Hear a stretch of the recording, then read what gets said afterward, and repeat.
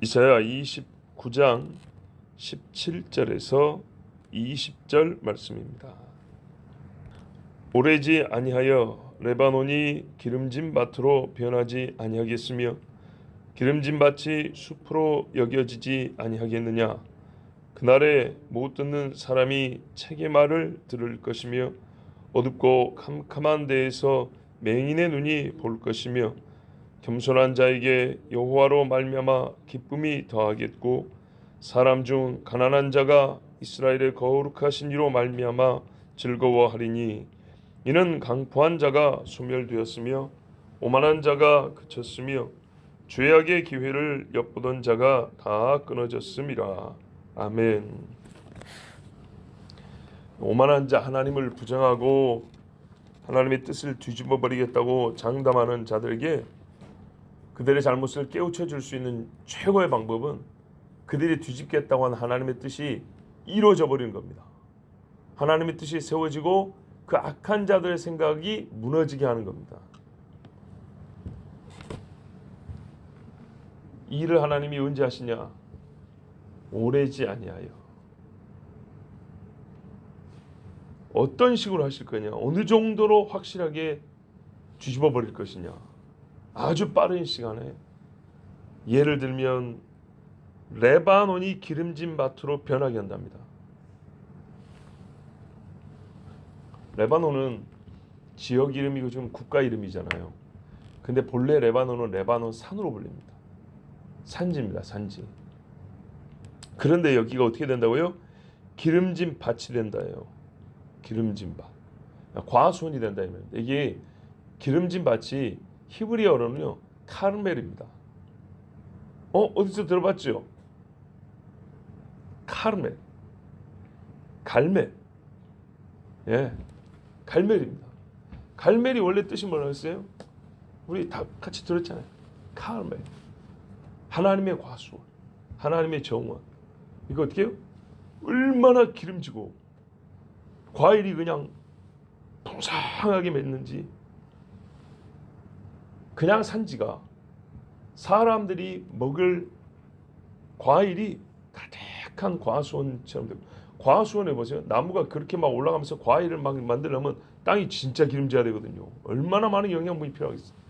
꽃도 그냥 막 향기 진동하고 곡식을 심어도 잘 되고 그냥 야산이 아니고요. 기름진 밭이 된대요. 곡물을 심어서 먹을 수 있는 땅이 된대요. 반대로 그 기름진 밭은 숲으로 여겨지지 않겠냐. 숲도 좋죠. 그런데 여기서 이제 비교로 가요. 비교. 고작 숲인 거예요. 이제 나무만 많고 사람들이 먹을 것은 없고. 예. 숲은 배부른 사람에서 쉬기 좋은 것이지 거기서 먹을 걸 얻기는 참으로 어렵습니다. 그럴 것 같으면 농사를 뭐하러 지어요? 숲에 가가지고 뭐 한 바구니 담아오면 되지. 그게 안 되니까 땅을 개간을 해서 밭으로 만들고 논으로 만드는 거 아닙니까? 농경지로. 야산은 야산이. 자, 레바논이 하나님의 정원이라 부를 정도로 기름진 땅이 되고 또 그 좋았던 땅들이 한낱 숲 정도로 여겨지는 일이 일어난다는 겁니다. 여러분 이렇게 바꾸려면 사람의 힘으로 하려면 시간이 얼마나 걸릴까요? 굉장히 많이 걸리겠죠. 그냥 폭파시켜서 없애버리는 게 아닙니다. 토지를 바꿔버리는 겁니다. 그리고 토지를 바꾼 다음에 거기서 나는 수종, 과수의 종류가 바꾸고 적응이 될 정도까지입니다. 시간이 엄청나게 많이 걸리겠죠.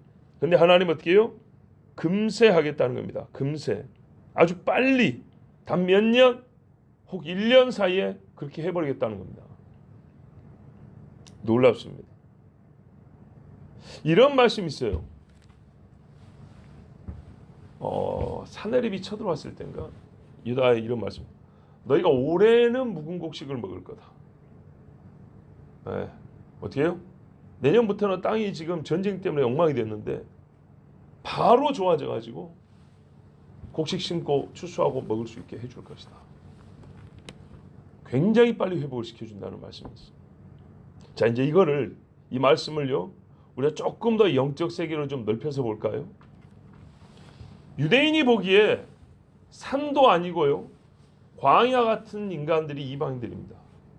하나님의 영적인 은혜의 물줄기를 전혀 공급받지 못해서 빼짝 말라버린 같은. 그런데 성령이 내리고 난 다음에 하나님이 일을 하기 시작하니까 이게 순식간에 뒤집어졌어요.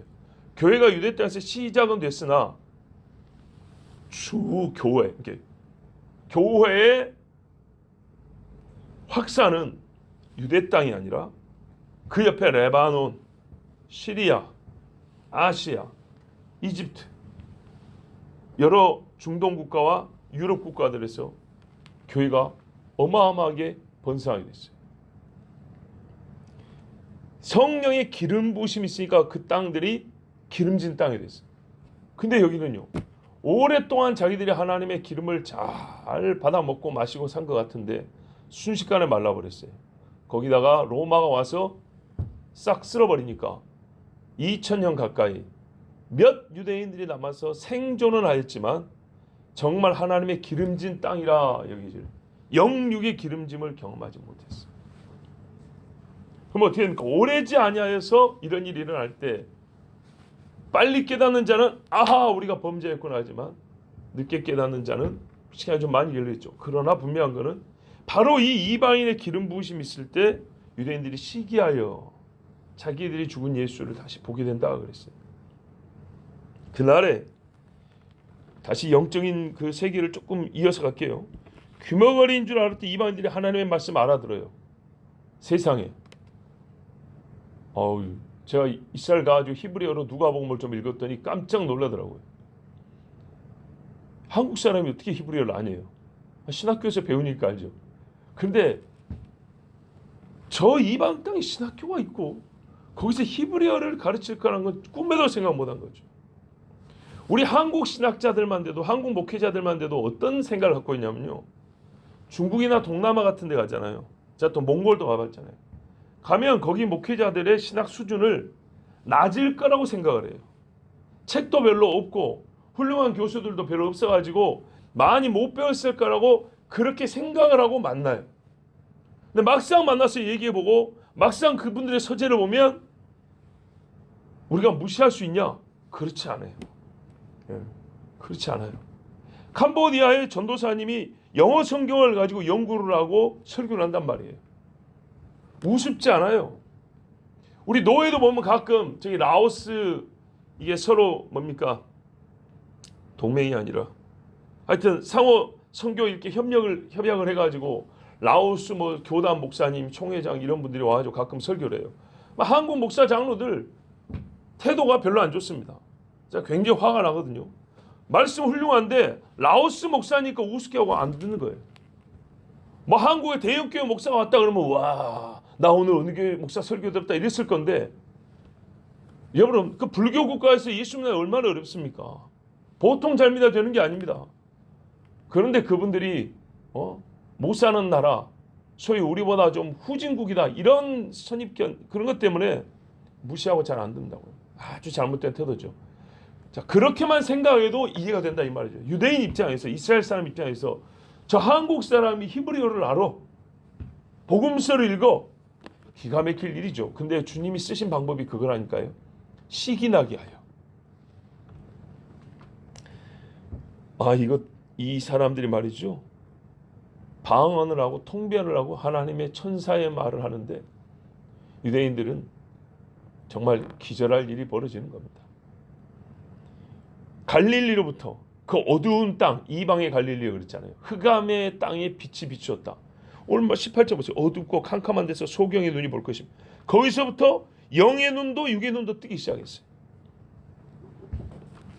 이방인들도 깜깜한 줄 알았더니 눈을 떠가지고 모세가 하나님 본 것처럼 막 보고 있단 말이죠. 자기들만 못 보고 있는 거예요. 그제서야 하나님의 말씀이 이것이었구나, 우리가 잘못했구나 라고 깨닫고 돌아오는 사람, 우리가 어둠 가운데 행했다고 자기 죄를 고백하고 돌아온 사람이 있다 이 말입니다. 크고 두려운 회개가 일어납니다. 그건 여러 선지서들의 뒷부분에 항상 동일하게 말씀하고 있는 나중에 있을 일들입니다. 자, 이런 변화가 있는데 반대편은 또 어떤 변화가 있냐? 여러분 오만한 자들은 어떻게 할까요? 형벌을 받아야 되겠죠. 예, 그들을 그대로 두고 깨우치기는 어렵습니다. 겸손한 자들이 하나님으로 말미암아 기쁨을 얻고 세상의 즐거움을 버린 자들이 주로 말미암아 희락의 화관을 쓰게 됩니다. 이것을 보고 유대인들이 또한 아하, 하나님이 살아계시는구나. 하나님이 자기 사람들을 이렇게 기쁘게 그 환경과 생활을 바꾸시는구나 보게 됩니다. 여러분, 우리가 예수를 믿으면 믿을수록 멀어져 가는 게 세상입니다. 문을 닫는 게 아니고요. 마음의 거룩함이요, 부정한 것을 싫어하게 돼 있어요.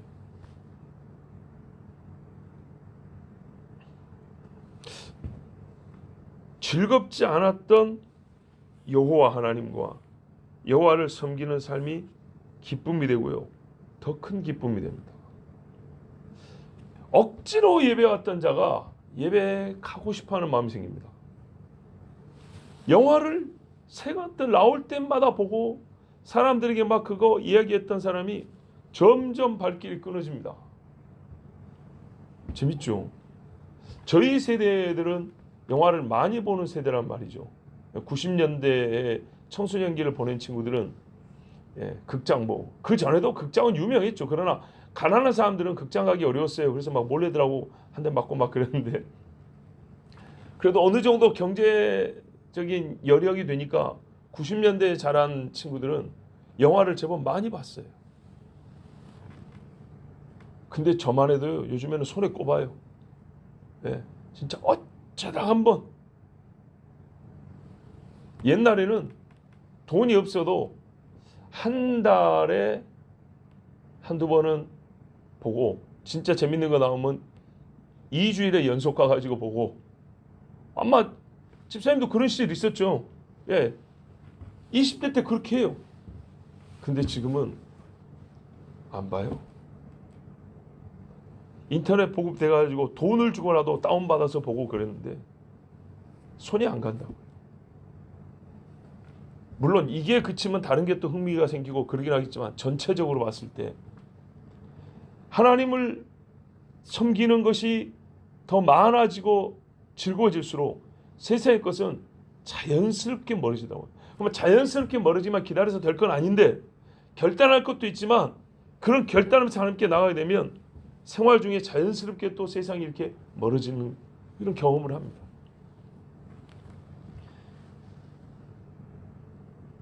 핍박을 당하고 빈핍한 자들, 가난하고 고생했던 사람들이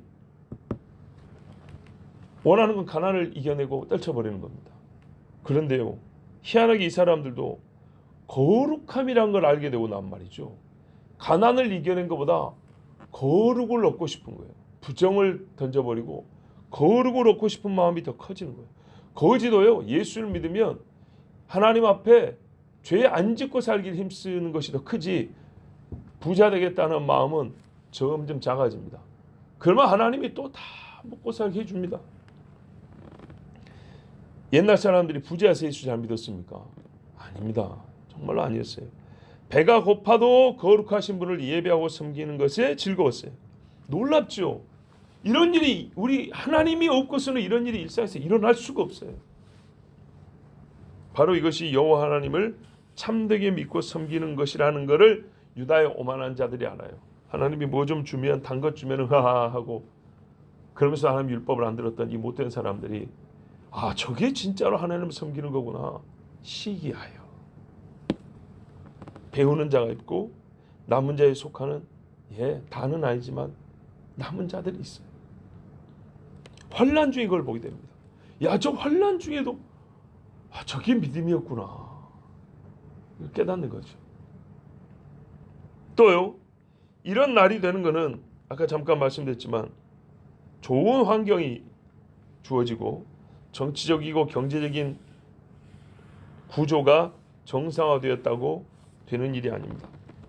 인간이 달라져야 되죠. 근데 하나님이 다 다르게 하진 않고요, 일부는 심판에서 없애버려요. 생각보다 많은 사람이 이 심판에 들어가요. 악한 세상은 악인 때문에 만들어지는 것이지 세상이 악해서 사람이 악해지는 게 아닙니다. 그렇죠. 하나님이요 대홍수로 악인을 물러 다 쓸어버렸어요. 그거 어떻게 했냐? 땅에 파묻어 버렸어요. 물속에 들어가지고 흙탕물이 돌아버리잖아요. 사람이 정신을 못 차립니다. 여러분, 제가 무슨 수영 강사도 아니고 다이버도 아닌데 우리 기본적으로 알아야 할 게 있는데요. 물에 처음에 딱 풍덩하면 뜨잖아요. 근데 한 20m 정도 내려가 버리면 밑에서 끌어당깁니다. 그래서 쑥 가라앉아 버립니다. 부력이 적용 안 해요. 사람 몸에. 아주 이거는 알고 있어요. 물론 20m 정도 들어가면 벌써 죽었다고 봐야 되는데 숨을 못 쉬어서 올라오지도 못해요. 그죠? 여러분 20m로 올라오겠습니까? 근데 혹시라도 그렇게 바다가요 아주 우리의 생각하고 상식하고 많이 다릅니다. 몸이 뜨는 구간이 있고 가만히 있는 구간이 있고 밑으로 끌어당기는 구간이 있어요. 진짜 그래서 요나가 어떻게 해요? 내가 바다 밑에 수월의 입구까지 내려갔다 그러죠. 풍덩하고 물 한 모금 맞고 꼬르꼬르 내려면 어느 순간부터는 쑥 내려가 버려요. 확 잡아당겨 내려갑니다. 못 올라옵니다. 그리고 이제 어떻게 됩니까? 시신이 썩고 가볍고 기름이 붕붕 뜨면 이제 이렇게 올라가겠죠. 그렇게 되는 거예요. 홍수에 전 세계 인구가 다 그렇게 죽었다고 생각하세요. 어마어마한 흙더미가 쓸 때 팍 파묻혀 버려가지고 정말 상상할 수 없을 정도로 무서운 것이 홍수였습니다. 이 포악한 자들 성경에 보면요 세상에 강포가 가득했다 그랬어요. 그래서 의인 노아가 괴로웠다 그랬어요. 경만한 자, 경만하다는 건 가볍다는 거죠. 가벼우면서 남을 멸시하고 교만한 사람들입니다. 보통 그 사람들은 말투가 뭐라고 해야 될까? 정말 옛날에 우리 고모들이 잘 쓰는 말투인데 밥맛이 없어요. 꼭 밥맛 없게 말을 해요. 그죠? 요즘에 또 이런 말 잘 안 쓰죠. 옛날에 한 40년 전에는 많이 썼던 표현인데 세상 말로 재수없다 그러죠. 예. 얼마나 잘난 척을 하는지 동시에 다른 사람을 무시하는 게 문제예요. 예. 남이라도 무시를 안 하면 좋은데 끈히 배어 있어요. 특별히 여기 말씀에 따르면 주의 말씀을 전하는 자들 비웃고 자기들의 논리와 잘남으로 결국에는 하나님 위에 서겠다는 사람들이 이런 사람들 하면 순식간에 사라지게 해버립니다. 하룻밤새 없어져 버리고요. 남은 자들은 두려워서 혀를 못 놀리게 만듭니다. 무서워서 집 밖에도 못 나가게 만듭니다. 하나님 그렇게 합니다. 정말로요. 정말로요. 죄악을 탐색하던 자가 있어요. 죄악의 기회를 엿보던 자. 예를 들면 예수님 찾아와서 말로 책 잡으려 했던 사람들 있죠. 선지자의 말을 분명히 듣고 알아먹었어요. 그럼 회개하고 율법을 지키면 될 거 아니에요? 그런데 사람들 앞에 이렇게 선동해요. 야, 저 선지자 유다 지파야? 아니. 뭐 어디 지파야? 몰라. 저기 뭐 이사가리라 그랬던가? 아이고. 이런다고요. 저 어디서 온 사람? 아, 저 여당강 동편에서 왔대. 동편에서. 참. 이렇게 만드는 거예요. 옷차림 봐라. 옷차림. 때가 그냥 낙타털에 저기 아이고 저 진드기 붙어있는 거 봐. 이렇게 말하는 유다인과 교회 성도들도 생각보다 많아요. 고상한 언어를 쓸 줄 모르네. 아이고 저 사도들 전부 다 갈릴리 사투리 쓰고 있네. 네. 외모로 판단하는 거죠. 외모도 좋으면 좋겠죠. 그런데 하나님께서 우리의 영혼을 위해 보낸 사람들 아닙니까? 그런데 그런 사람들을 그것과 무관한 것들로 판단하고 여러 사람들에게 조롱거리로 만드는 혀를 놀린단 말이죠. 사도들이 주의 말씀을 전할 때 여러분 항상 문법이 맞았을 것 같습니까? 무디 목사 있잖아요. 우리가 아는 대로 무디 목사는 초등학교나 나왔나? 영어 문법이 엄청나게 안 맞아요. 안 맞아요. 네. 앞뒤가 안 맞는 말이 너무 많은 거예요. 그런데 희한하게 들으면 하나님의 뜻은 확실하게 들려요. 사람들이 그 능력 있고 권세 있게 전하는 무디 목사를 비웃었어요. 문법도 잘 모르고 말도 잘 못하는 사람이 뭐 설교한다고. 이왕이면 말도 앞뒤가 좀 맞게 잘하면 좋죠. 그런데요, 그럼에도 불구하고 무슨 뜻인지 알아먹을 수 있고 하나님의 권능이 나타나서 영혼들이 회개하고 주께 돌아온다면 말 유리하게 잘하는 사람보다 훨씬 낫지요. 학벌이 좋지 않네. 또 옛날에 깡패였대. 옛날에 술집 사장이었대. 옛날에 바울은 그럼 어떻게 사도가 됩니까? 옛날에 살인자인데. 모세도 살인자 아닙니까? 또 지금도 사람이기 때문에 좀 안 좋은 모습, 습관이 있을 수 있겠죠. 그렇죠? 보기에 좀 안 좋을 수 있어요. 뭐냐면 저 목사님은 침을 잘 뱉더라니까. 안 뱉어야죠. 안 뱉은 게 좋죠. 그런데 이게 예수 믿기 전에 그런 습관이 좀 있어가지고 이게 잘 안 바뀌는 거예요. 예컨대 그런 유의 것들. 여러분, 이왕이면 좀 더 다듬어지면 좋겠죠. 근데 그것이 정말로 하나님의 말씀을 증거해서 내가 그 뜻을 듣고 신앙생활에 유익이 된 것과 비교할 수 있나요? 그렇지는 못합니다. 그럼 위해가 될 정도로 현재형으로 범죄하고 산다면 시험거리가 되겠죠. 그렇지 않다면 어쩌면 좋을까요? 이해하고 참아줄 수 있죠. 그 정도는.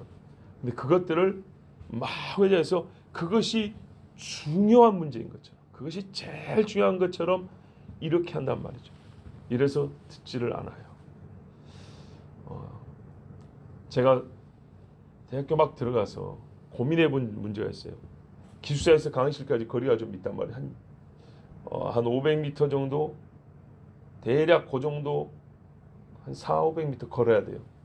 걸어가는 동안에 그 생각을 해봤어요. 고등학교에 도덕 선생님이 계시다. 도덕 선생님들이 아이들에게 이렇게 사는다고 가르쳐줬다. 근데 며칠 후에 보니까 선생님이 자기가 말하는 걸 완전히 여기고 살더라. 학생들이 그래서 야, 선생님도 안 하는데 우리도 할 필요 없다고 했을 때 과연 그것이 옳은가? 이거를 고민하면서 기숙사에서 강의실을 왔다 갔다 한 적이 있었어요. 그 주제로 하루인가 이틀을 고민하면서. 그때 그랬어요. 그 선생님의 신뢰할 수 없는 생활 태도는 비난받아 마땅하지만, 그 인격은 비난받아 마땅하지만 그의 가르침이 옳다면 그가 준수하지 못했다는 것을 핑계로 나도 마음대로 살아야지, 이것은 합당하지 아니하다. 예. 나는 똑바로 지키면 살면 되는 거예요. 그런데 선생님이 못했을 때 선생님을 욕할 수는 있지만 그것 때문에 나도 제멋대로 살아도 된다라는 것이 결론으로 주어져는 안 된다는 거죠. 그 말이 옳으면 나는 어렵더라도 그 말대로 지키는 거예요. 지켜야 선생님을 욕할 수도 있는 것이죠. 욕하기 위해서가 아니라 말하자면 그게 더 옳다입니다. 그런데 우리가 가르치는 자의 허물과 실수를 보면 그것 때문에 분명히 이전에 아멘하고 동의해놓고도 내버리는 경우가 있어요. 자기도 못하는데 그거는 욕할 때만 쓰세요. 정하면 욕할 때만 쓰시고, 옳다 하면 나는 그걸 해서 나는 살아야 될 거 아니에요. 예? 내 자식은 살아야 될 거 아니에요. 자, 이렇게 해가지고요, 이 사람들이 조롱하기까지, 이 사람들의 죄의 유형을 크게 3개로 말씀드렸어요. 근데 주님이 이 사람들 끊어지게 한대요. 이 사람들이 득세하는 것과 겸손한 자들의 기쁨은 한 공동체 안에서 이루어질 수가 없습니다. 이 오만하고 악한 자들이 지배하는 구조 속에서 가난한 자들이 기쁨을 누린다는 것은 바닷물이 들어왔다 빠지는 모래사장에다가 벼를 심어놓고 쌀을 얻어먹겠다는 거하고 똑같은 거예요. 모래에 심어도 안 되는 것인데 바닷물이 들락날락하는 모래에다가 벽십을 씌워놓고 쌀을 얻겠다는 말이 됩니까? 안 되는 거죠. 악인이 득세하는 판에, 늑대들이 가득한 판에 양 한 마리 집어넣고 이 양이 잘 커가지고 하나님 앞에 번제물이 되겠다 생각할 수 있습니까? 하루도 못 가서 갈기가 찢어지고 창자 한 토막도 못 찾을 겁니다. 늑대들이 다 뜯어먹어서. 두개골이나 찾을 수 있으면 다행이죠. 여러분, 어제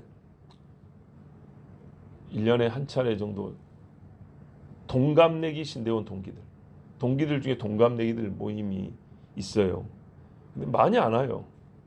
옛날에는 한 10명씩 모였는데 지금은 어제는 한 7명, 8명. 왜냐하면 이제 전국에 많이 흩어져 있기도 하고 각기 사정이 있어서 그러는데, 하여튼 그 중에 한 친구가 자기 교회 담임 목사님 이야기를 했어요. 뭐 남의 교회 목사를 욕하는 게 주제는 아닌데 한 번만 잠깐만 얘기해 볼게요. 이런 경우는 참 진짜 안타까운 경우인데, 이 목사님이 서울의 큰 교회에서 우리가 흔히 말하는 부교육자로 있다가 또 저기 그 아래 경기도에 큰 교회에 담임 목사로 왔어요. 저보다 1년 선배라는데, 하여튼 그래 왔는데 보니까 교육자들도 한 10몇 명, 한 20명 정도 되고 장로님들도 한 16분 정도, 엄청난 큰 교회죠. 어마어마하게 큰 교회에 왔어요. 근데 큰 교회라도 그렇지, 그 목사님이 자기 컴퓨터 바꿔달라 그랬대요. 그 목사님 컴퓨터 없앴겠어요. 책상에 있는데 바꿔달라 그랬대요. 깜짝 놀랐어요. 컴퓨터 교체 비용 얼마나 들었을 것 같습니까? 자, 경매 시작합니다. 불러보세요. 아, 정말로 권사님 얼마나 들었을 것 같아요? 컴퓨터 교체 비용 500. 집에서 혹시 그렇게 쓰세요? 집사님요? 비슷할 것 같아요? 아, 큰 교회는 그 정도 되구나. 그러면 나는 한 200만 원짜리 사주시지. 1000만 원 들었대. 1000만 원. 아, 그냥 고기가 끄떡끄떡 됩니까? 아주 부유하고 세련된 교회에서 왔기 때문에 약간 아랫지방 이 교회에서도 맞춰준다고 대형 모니터 2개까지 달아주고 해줬는데, 며칠 있다가 이거 마음에 안 든다고 치우고 모니터 갈아달라 그랬대. 나는 그런 요구를 해본 적이 없어가지고. 그러더니 며칠 있다가, 잘 보세요, 아이패드를 사달라 그랬대요. 장로님, 아이패드가 뭐냐면 우리 노트같이 생긴 컴퓨터거든요. 이런 거 들고 다니는 컴퓨터예요. 그럼 이거 설교할 때 쓰냐? 그것도 아니래요. 원고를 이렇게 종이로 하는데 그러지 않고 여기 패드를 놓고 이렇게 넘기면 환하고 잘 보이잖아요. 깨끗. 그렇게 쓰냐? 그것도 아니래요. 그 다음에 또 뭐냐면 넷북이라 그래요? 그거는 나 써보지도 않았고, 아이패드 우리 아들이 그림 그린다고 사달라고 지금 엄마가 사준 거 있지. 나는 근데 그것들이 얼마나 다 비싼 거고 또 고급진 거를 사줬겠어요. 컴퓨터 책상 데스크탑 컴퓨터 1000만 원을 바꿔줬는데. 야, 그런데 말이죠, 교인들이 여러분 기가 막히지 않겠어요? 근데 죄송하게도, 그래서 이분이 어떤 분인가 하고 내가 한번 들어가서 설교를 딱 눌렀는데, 아, 정말 딱 첫 설교 뭐냐면, 주께서 오른편에 있는 자들에게 너희는 내가 가난할 때 와서 찾아보았고 하면서 이 설교를 하는데, 이게 얼른 이게 매치가 잘 안 되더라고요. 어제도 들으면서, 아니 성도들에게 호의를 얻고 목사들이 사는 것까지는 좋은데 아무리 그래도 그렇지 컴퓨터를 1000만 원짜리를 바꿔달라는 거, 그 자기 입으로 욕을 하고 거기다가 목회할 때 쓰는 것도 아니다는데 이 패드로 이만한 것 컴퓨터를 휴대용 컴퓨터 사고 또 맥북이라고 이렇게 휴대용 컴퓨터 또 2개를 또 산 거죠, 쉽게 말하면. 그래서 밑에 교육자들을 보니까 저 어디다 쓰는가 보니까 사용한 데 쓰는 것도 아니래요. 그냥 개인적으로 자기 갖고 싶으니까 교인들 헌금으로 그 몇백만 원짜리를 그냥 끌어다 쓴 거예요.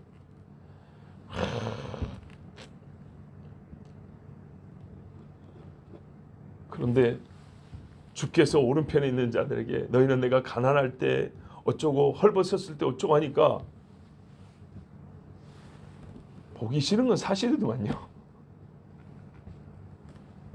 그러나 내가 또 한편 그랬어요. 이 말씀 자체는 틀린 것이 아니다. 그러니까는 이보다 더 죄를 지은 사람도 있을 것이고 이 목사님보다 훨씬 뭐 흠잡을 게 없는 분들도 있겠죠. 그러면 우리 성도들이 어떻게 할까요? 일단은 그의 인격 됨됨이는 잘못이니까 욕을 하더라도 이 정도 되면 욕할 수 있을 것 같아요. 그렇지만 그가 한 말씀이 진짜 하나님의 말씀에 부합하면 그가 못 지키고 사는 것은 욕을 하시고 그냥 하나님께 고쳐달라고 기도하시고 그래도 설교는 드려야 한다. 그것 때문에 아예 못 듣겠다 하면서 계속 욕하고 다니면 어떻게 될까요? 본인도 교회도 영적 유익이 전혀 없습니다. 예. 이 정도 되는 목사님에 대해서도 나는 존경은 안 되지만 함부로 욕하고 다니는 것은 본인들에게 별로 득이 안 될 것이다 라고 생각이 듭니다.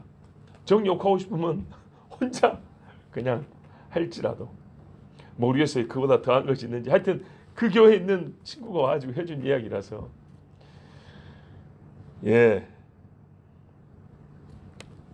선지자나 사도들이나 또는 목회자나 선교사들이나 영육이 다 온전하면 좋은데 육적인 연약함들이 있습니다. 트집을 잡는다고요. 예수님도 트집 잡을 게 있었죠. 저 죄인들하고 먹냐고. 이왕 밥 먹으면은 깨끗한 사람들하고 먹으면 좋지. 아무 사람과 같이 가서 밥 먹고. 유대인 입장에서는 흠이 돼도 이게 보통 큰 흠이 아니에요. 거기다가 예수님이 선생이잖아요. 선생. 유대인의 선생. 그렇기 때문에 유대인 입장에서는 큰 허물이지만은 과연 그것이 하나님의 말씀에 깊이 비춰보면 허물인가 하나님의 은혜인가를 생각하죠. 우리가 하나님 앞에 그보다 더 큰 죄인인데 죄인 중에 죄인인데 하나님이 친히 찾아오셔가지고 할례하여 내 백성이 되고 언약 백성이 되게 해줬는데 얼마나 큰 은혜를 받았어요. 그 은혜를 베풀겠다고 오신 분한테 그러니까요. 이거는 눈이 삐뚤어서 그렇게 한 것이고요. 하여튼 여러 우리가 하나님의 은혜를 경험하면서도 작은 것을 침소봉대라고 하잖아요. 요만한 걸 이렇게 크게 만들어가지고 들을 것도 못 듣게 하고 볼 것도 못 보게 하고 악한 생각만 하게 하는 것은 나 자신이 악인이라는 뜻입니다. 오늘 말씀을 다시 한번 시편 말씀으로 확신을 다하고 마칩니다. 시편 37편 29절에서 40절 읽어드리겠습니다. 의인이 땅을 차지하며 거기 영영이 거하리로다. 의인의 입은 지혜를 말하고 그 혀는 공의를 이루며 그 마음에는 하나님의 법이 있으니 그 걸음에 실족함이 없으리로다. 악인이 의인을 엿보아 살해할 기회를 찾으나 여호와는 저를 그 손에 버려두지 아니하시고 재판 때에도 정죄치 아니하시리로다. 오늘 다 읽지 않는데 21절에 보면 재판 문제가 나옵니다. 오늘 정말 그대로 시편 말씀이 재확인해 주고 있습니다. 37편 시편 37편 지금 한 30 몇 절 읽고 있습니다. 여호와를 버리고 그 도를 지키라. 그리하면 너를 들어 땅을 차지하게 하실 것이라. 악인이 끊어질 때에 내가 목도하리로다. 자, 오늘 이 악인이 끊어지게 한다 그랬죠. 내가 악인의 큰 세력을 본즉 그 본토에선 푸른 나무의 무수함 같으나 사람이 지날 때에 저 없어졌으니 이제 숲이었던 것도 황무지가 되는 거예요. 내가 찾아도 발견치 못하였도다. 완전한 사람을 살피고 정직한 자를 볼지어다. 한 38절 정도 되죠. 화평한 자의 결국은 평안이로다. 범죄자들은 함께 멸망하리니 악인의 결국은 끊어질 것이나 의인의 구원은 여호와께 있으니 그는 환난 때에 저희 산성이시로다. 여호와께서 저희를 도와 건지시되 악인에게서 건져 구원하심은 그를 의지한 영고로다. 아멘. 여러분 하나님을 의지하십시오. 그리고 악인이 끊어지는 것을 곧 보게 될 것을 하나님께서 이 고난 중에도 장차 올 고난입니다. 장차 올 고난 중에도 믿는 자를 건지시고 또한 유다의 남은 자를 돌이키실 것을 우리는 믿습니다. 기도하겠습니다. 하나님 아버지 감사합니다. 오늘도 주께서 사랑하는 자들을 부르시고 또한 우리를 인도하사 함께 모여 기도하게 하심을 감사합니다. 우리가 우리의 힘으로 나온 것이 아니요 하나님께서 우리의 마음을 주장하셨고 하나님께서 우리 육신에 힘을 다하여 주사 주께 나오게 해주셨습니다. 오늘도 주의 말씀대로 살게 하시고 우리가 오만한 자에 들어가지 않게 하여 주시고 겸손한 자와 빈피발지라도 주를 의지하는 자에 속하게 하여 주시옵소서. 예수 그리스도의 이름으로 기도하옵나이다. 아멘.